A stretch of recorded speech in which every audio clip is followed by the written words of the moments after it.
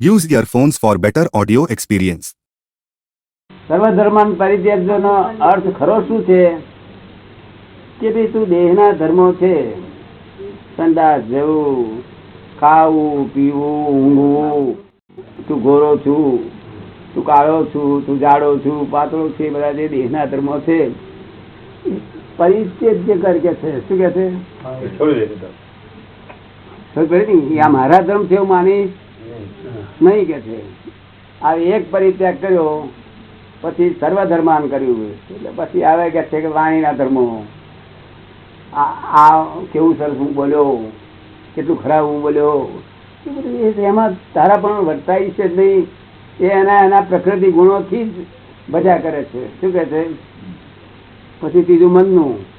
મન કે છે એનો ટાઈમ થાય એટલે એનો આશરો થઈ અને વિચાર્યા જ કરવાનું. એ તારો ધર્મ નથી, એ મનનો ધર્મ છે. મન મનોધર્મ છે, વાણી વાણી ધર્મ છે, દેહ ધર્મ છે, બુદ્ધિ બુદ્ધિ ધર્મ છે, અહંકાર અહંકાર ધર્મ છે, ચિત્ત ચિત્તના ધર્મ છે. તું સ્વધર્મ આવી જાય. શું કે ખરું કે છે ખોટું? સર્વધર્માન પરિત્યજ્ય મામ એકામ, એટલે તું પોતે જ આત્મા છું, હું જ આત્મા છું, તું એક જ છીએ આપણે. એને તું આત્માને મામ, શું મામ એકામ પછી મામ એકમ શરણમ વ્રજ. હવે એનો અર્થ લોકો પોતે પોતાની ભાષા, આ વચ્ચે સંપ્રદાય વાળા દલાલી લોકો છોડે નહીં ને. જો તમને તમારે લાયકાત આવે તમે નીકળી જાઓ બહાર. શું કહ્યું? તમને આ ના પોસાય સંપ્રદાય તો બિન સંપ્રદાય થાવ. શું પણ બુદ્ધિમાં જો સંપ્રદાય જ જરૂરી છે તો તેમાં રહો ને. આ તો ભઠ્ઠીઓ છે. શું છે?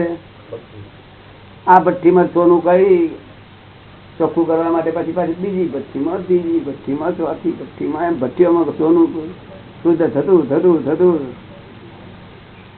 કૃષ્ણ ભગવાન સર્વધર્માન કરી રીતે આપણને બરાબર ઠીક લાગે છે. ભગવાને કહ્યું છે વાત બરોબર.